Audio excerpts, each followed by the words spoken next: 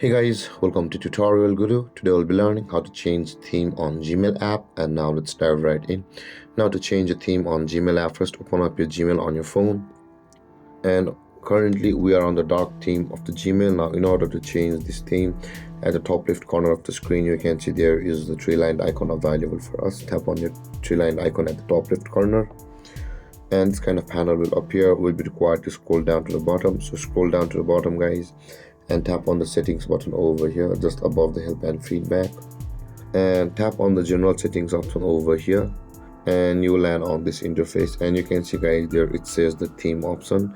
Tap on theme, so you can guys either choose your system's default theme, the light theme, or the dark theme on Gmail. So with that being said guys, this is how you'll be able to change theme on Gmail app.